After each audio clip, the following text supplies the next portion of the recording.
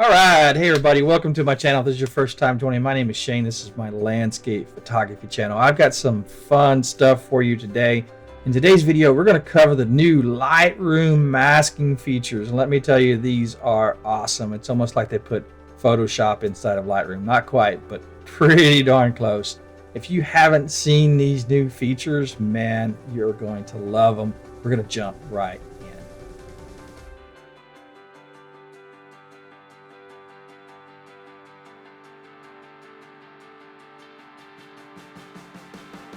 Hey, all right, before we get started, I just want to mention we're going to cover multiple subjects about this new masking tool.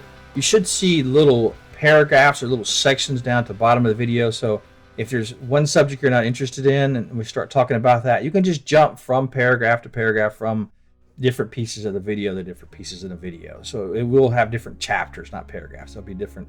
I'm writing a book here. There'll be different chapters of the video. You can click on each one to jump around. So in Lightroom just came out, the latest update. If you haven't heard about it, it changed up the masking system a great deal.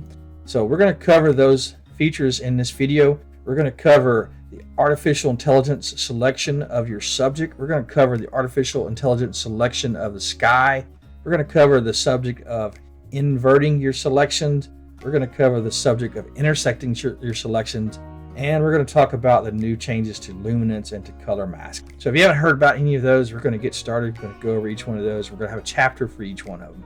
I also should mention that the way you mask things, the way you look at a mask overlay inside the masking tool, it's changed a little bit too. Pretty neat. So we're going to show you that also. Let's go ahead and get started. So on my desktop, I've got a picture of my daughter here. So this is a picture we took in New Mexico not too long ago, trying to get the fall colors. But here's a picture of my daughter. First thing I want to show you is I want to show you the artificial selection of a subject. And then I want to show you, once it selects it, how can you change the overlay colors and how the overlay looks? How do you know what you've got selected is correct? If you look at the right side of Lightroom here, you'll see there's new icons here at the top. It looks a little bit different. So we've got the cropping icon, we've got the clone or healing icon, we've got your red eye correction icon, and we have this little circle.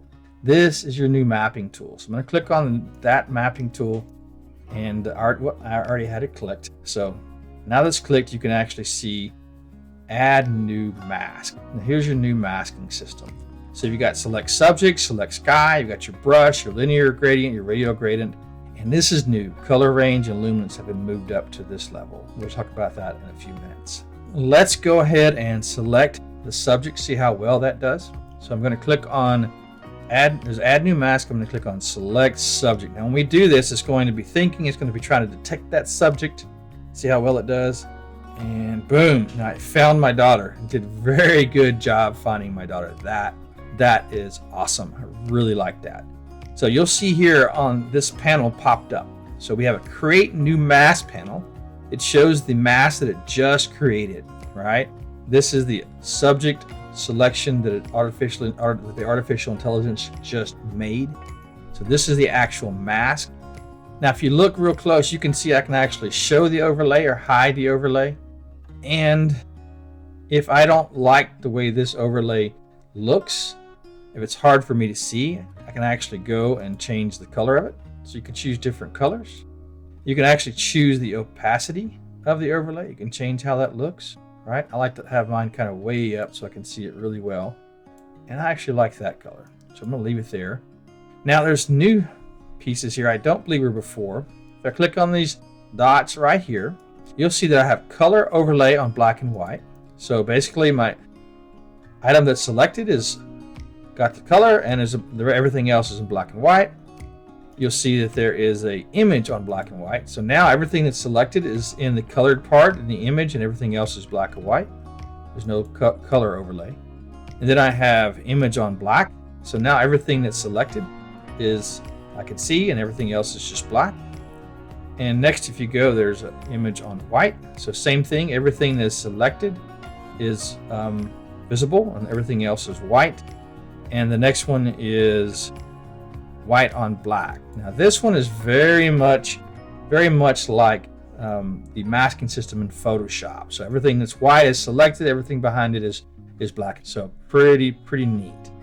Now this is really cool if you want to like zoom in and see the edges and see what else you got. Sometimes you can find stuff that you didn't mean to select by looking real closely and all that good stuff, right? So like this is her hair, that's okay, right? But you can see how well it found her here. It looks like it did a really good job. So a little bit of stuff is selected here. That's between her pants legs, right? So that's not quite, that kind of messed up a little bit there, but we can fix that easily by doing subtraction. All right, let's zoom it back out.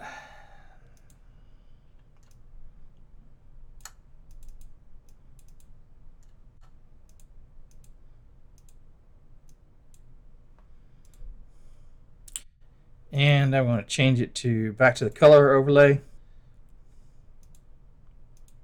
All right, so you now have all of these different ways of looking at what you've selected. Pretty neat stuff. So again, this was the artificial intelligence selection of my subject. Did a really good job finding it. If I had to do that in Photoshop, man, that probably would have taken me forever. So very quick, very neat. Let's see. So I've got the overlay on right here. I can turn it off by clicking on this checkbox. But I don't have to do that. You can if you want to. All you have to do is just start making changes. So I'm going to go over and up to shadows. So notice my overlay went away a little bit. I'm going to up to whites. I'm going to go ahead and up the clarity a little bit. And let's add a little exposure to it. There we go. Right there. Okay, so there we go. So you'll notice that if I go over to the mask here, you're going to see a little eye icon next to the mask. And that's your on off for that given mask. I'm going to turn it off. So there it is off. There it is on. Off. On. You'll notice the backgrounds are not changing. Pretty neat. Now that's pretty awesome. So that is pretty cool. Again, just selecting artificially my subject. I have the different masks to play with to see what I've selected. Really neat. That in itself is a great improvement. Let's look at another one. I'm going to go back and, well, since I've already got this open, I can just go up to the plus. I'm going to click on the plus, and I'm going to choose the subject again. All right, so looking for the subject. Come on, find it again. There we go. So it found my subject again. Well, why would I want to do that? Why would I want to find my subject? I already had a mask that already had my subject selected. Why would I want to do that again? Well, let's look at this little feature. So I'm going to go down. Here's my mask 2. Here's my subject, right? I'm going to go to this dotted line here, and I'm going to choose invert. So boom. Now I've selected my background.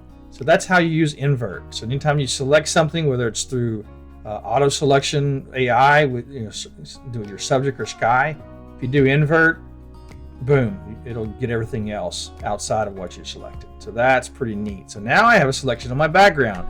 I can go over here and start changing it up. I'm going to up the shadows a little bit, maybe up its exposure a little bit, up its clarity a little bit, maybe up to whites a little bit,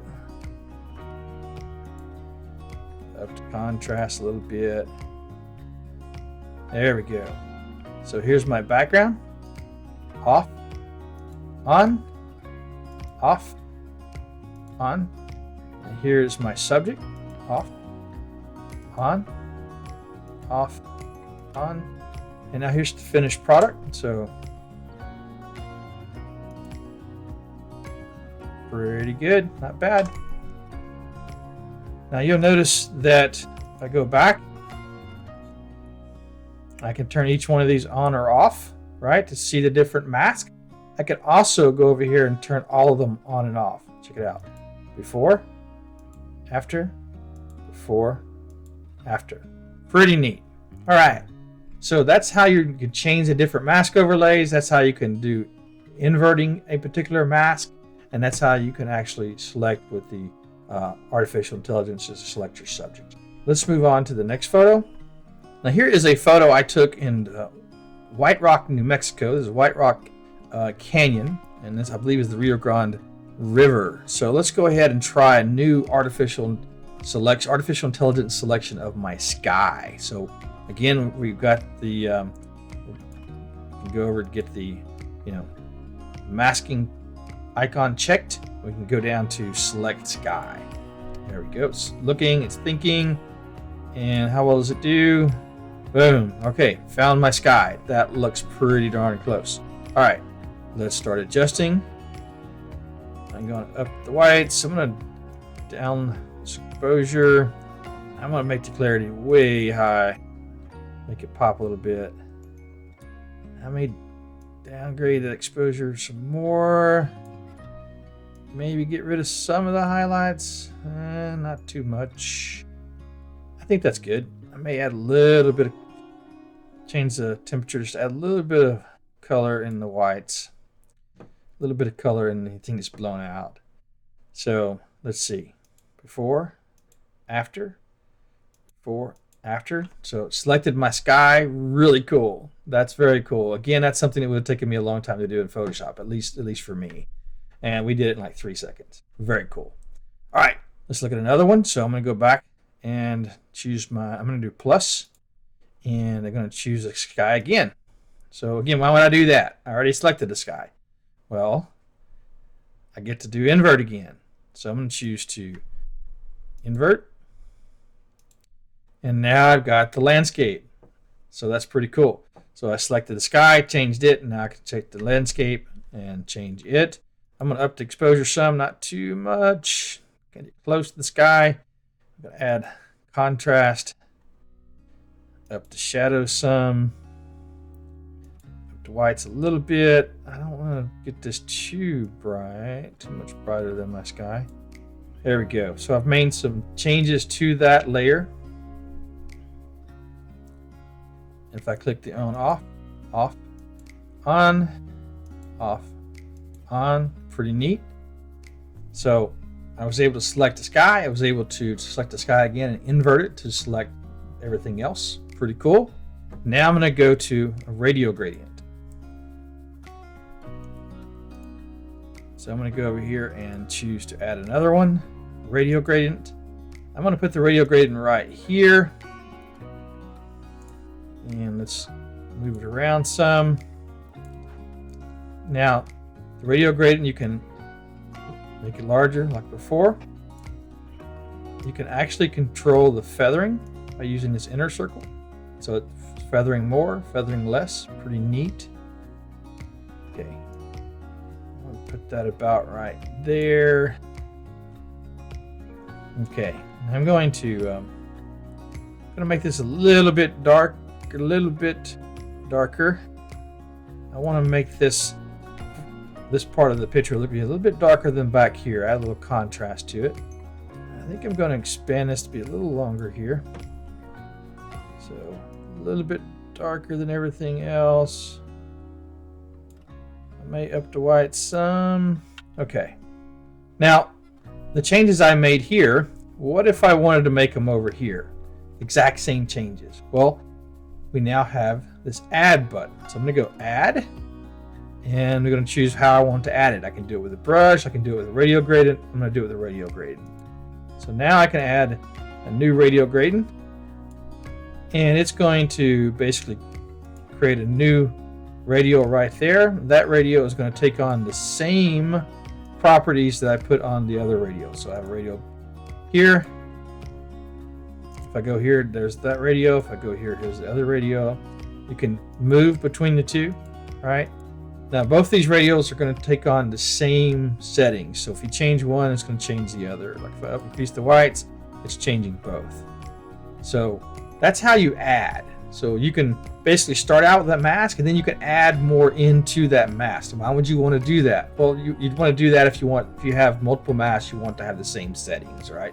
You want to use multiple ways of selecting different pieces of your photo and using the same settings. That's why you would use add. Now, when would you use subtract? Well, in this case, I selected the river, right? I probably could have selected these sections differently than a radio, but I did use a radio, and I'm realizing I don't want the river to be part of that. So I can use subtract. So I'm going to go here. So I'm using this mask, the same mask. I'm going to choose to subtract. And I'm going to use a brush to subtract. So I'm going to take this brush, and if you look over here, we have different sizes. We have your feather, we have your flow, density. That's good enough setting. I'm going to take it and I'm going to run it through here. Make it a little bigger. And I can remove from that mask. All right. So I've created a mask. I added more to that mask, and I can even subtract from that mask. Pretty cool, pretty neat. All right, so let's look at it with the overlay off. So here's before, here's after, before, after, small changes. So we've learned how to create a radial gradient mask. We learned how to add multiple masks into the same section, and we've learned how to subtract. So pretty easy stuff, pretty simple stuff. Next, I'm going to add another radial gradient. I want to show you how to do intersect. This is pretty cool. So I'm going to click on create new mask. You're going to choose radial gradient again, and I'm going to select this same section.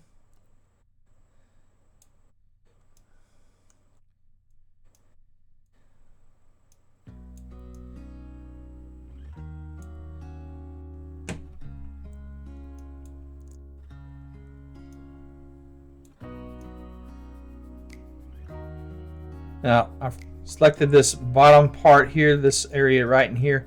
Now what I want to do is I want to change some of the whites in this area. Now if I change it this way, it's going to change all the whites. I don't really want to change all the whites, but I do want to change some of the whites in this radial gradient. So how would I do that? Well, that's where your intersect comes in. So now I can go up to this mask, and I can choose to go down here and choose Intersect Mask with, and I can choose how to intersect with different and I can intersect using the different options. Again, I can use brush, linear gradient, radial gradient. I'm going to choose luminance range. All right, so I've chose the luminance range. Now you'll notice now there is this section over here that shows luminance range. I can choose what luminance I want to intersect. So I'm going to turn back on the overlay, and I'm going to start changing. So what it's doing is it's choosing a luminance value only within that radial gradient. So basically, if you're adding two maps to the same section, well, those just kind of add upon each other. They don't take away from each other. With intersect, you're basically saying, okay, here's my first mask. I want to cover this area. And then intersect, I want to cover that area, but only certain pieces in that area using this other mask. So you're kind of combining the two masks to limit it down to something else instead of adding more and more and more. Hopefully that makes sense. I've got a radial gradient. You can see it, that entire area, and now I'm doing intersect on luminance, and I'm trying to narrow it down to certain luminance. Now you'll notice I can actually move this more and more to the left and right to choose a different luminance. And there's also this arrow right here. Now this is kind of like your feathering. So you can kind of feather it off, make it spread out. Right, it's kind of like feathering. So I'm going to put it about right there. Okay, so I've chosen my little area here. It's a luminance mask intersecting a gradient, radial gradient mask. I'm going to start up in the whites, and I want to up the clarity a little bit too. All right, so let's see how it looks. Let's turn this mask off. All right, so I've got before, after, before, and after. Pretty neat stuff. Pretty neat. Very cool stuff. Now you'll notice I've got these masks 1, 2, 3, 4. Well, what if I want to come back later and change something, right? After a while, it kind of gets hard to remember what you did where. But what I should have been doing is using the naming feature. So let's go ahead and look at that. So my first mask here, what was it? It was the sky. So let's name it. I go here, choose rename, and let's put in sky. All right. Next one was what? It was the land, right? I inverted the sky, and we basically got the land. So I'm going to call that the land, right? As you go through here, you can name each one of these to something that makes more sense to you, right? So it'll be easier to find later. So you can choose to rename them. Now, if you look at your options here, you have rename, and we talked about the intersect. You can actually duplicate a mask. You can hide a mask, which I believe is the same as turning it on or off. Let's see. Yeah, it's basically just turning it off. And we turn it back on. So we have rename, intersect, we have duplicate, we have invert, we have all those options. Now let's go. I can look again and see, you know, what changed what. Pretty neat. Choosing the on off. On off. You can do the land, right? Do the sky. On off. And then we have the whole thing up here. Off. On. Off. On. Pretty neat. So in this picture we talked about, you know, having a mask and adding more mask to it. We talked about auto selecting your sky and even inverting that to select your land. Pretty neat stuff. We've talked about how you can, you know, invert or intersect. We talked about how you can intersect two masks together to kind of narrow it down to exactly what you want in a given area. The intersect is pretty neat. We've talked about how you can subtract, like we did with this river. How you can subtract a mask. Very neat. Let's move on to my next picture. So I'm going to move over to these aspen type trees in New Mexico. So I wanted to cover real quickly luminance and color. So we've gone over pretty much everything else here. This luminance and color range. Now, luminance and color probably isn't new to you. You probably heard of that before. You probably used it before. The difference is now it's a first-class citizen. So before you'd had to use a brush or linear or radial gradient, and then once you've chosen with something with one of those, you'd kind of have to intersect it. You'd kind of have to use color or luminance in conjunction with that. Well, now you don't have to. Now you can choose luminance as a full first-class feature, right? I can now choose something based upon luminance, right? So I'm actually choosing all the highlights in my picture there. So I can have a mask that's only about luminance. Very, very cool. Now you've seen how luminance works. I'm going to clear that out. So I've added a mask, and one thing I haven't showed you is, well, what if I don't want that mask anymore? There's actually a delete option. So I can delete. Now, you've seen the luminance before. Just want to make sure you understood it's actually a first-class citizen now. Let's look at the color. Again, didn't used to be a first-class citizen. You used to have to use it in conjunction with something else. Now you can use it by itself. So I'm going to go here. I've clicked on color mask. It's added it up there. And now I'm going to choose color in my picture. I can do that by using like something like this, right? Or I can just click somewhere in the section. And if I don't think it covered all of my color that I wanted it to, I can press shift and click in multiple places. Combine different colors. I can even go back here and choose the background. So I've chosen this color right here. Now it's kind of hard for me to see exactly what I've selected in this particular picture, but just because of the way the background looks. So I'm going to change it up a little bit. I'm going to go over here. I just wanted the trees. Did I just get the trees or not? Yeah, I did. I just got mainly the trees and the limbs. So pretty cool. Now watch this. So we have this color range over here. You know, this is showing the color you chose. You can invert it, and just like we used invert before, you can choose everything opposite of what you selected, right? That's pretty neat. Got your invert here also. But we can also do refine. So I can take this down and refine it just to a certain color type, instead of it being so spread out to that range of that particular type of shade of color. I can kind of refine it down, right? So that's one way to just make it more precise. I'm going to leave it about right there. I'm going to switch it over to color overlay again, and I'm going to start changing it. So I kind of want to brighten these trees up. So I'm going to brighten them up. I'm going to add a bunch of whites in there. Up my shadows in there. I may even up the exposure a little bit. There we go. And let's add, I'm going to add a little bit of blacks in there. There we go. So let's look at it. So I did all of that just by color selection, color mask. So let's do off and on. So off and on. I'm going to add more contrast. There we go. Off. So you notice the tree limbs are darker here. Now they're just a little bit brighter. Let's see how that looks full screen. Not bad. Not too bad. Brightens it up a little bit. Of course, that's a personal taste. Some people might like them darker, but I kind of like it being a little bit brighter. Off, on, I'm going to change the mask a little bit more. Maybe I'll add some of the shadows back. Off, on. There we go. So I was able to change the color of all of these trees, and only these trees, just by using color masking. Color masking. Again, what did it change? Let's see. It just changed the items in white. Very cool. Let me go ahead and rename this to trees. Very cool. All right, so hey, that's it. That's the new masking system in Lightroom. Showed you how you can auto-select your subject, how you can use artificial intelligence to auto-select your subject, how you can invert it to select everything but your subject. We've showed you how to auto-select using artificial intelligence, auto-select the sky, and we've showed you how to invert it to select everything but the sky to select the land. Those two features in itself, it's, in my mind, just awesome. Really love that. We've shown how you can create a mask and then you can add more to the mask using different selections, either radial gradient, linear gradient, any of those selections you can for creating masks you can use.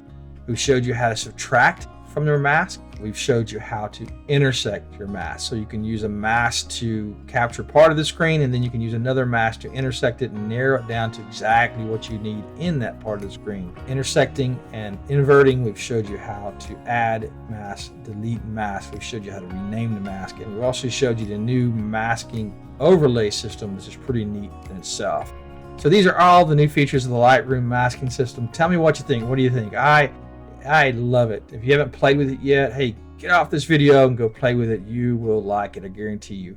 If you have any questions that I haven't answered so far in this video, hey, leave me a message below and I will get back to you. I'll get back to you as soon as I can. I'd love to hear from you. I hope this video was helpful to you.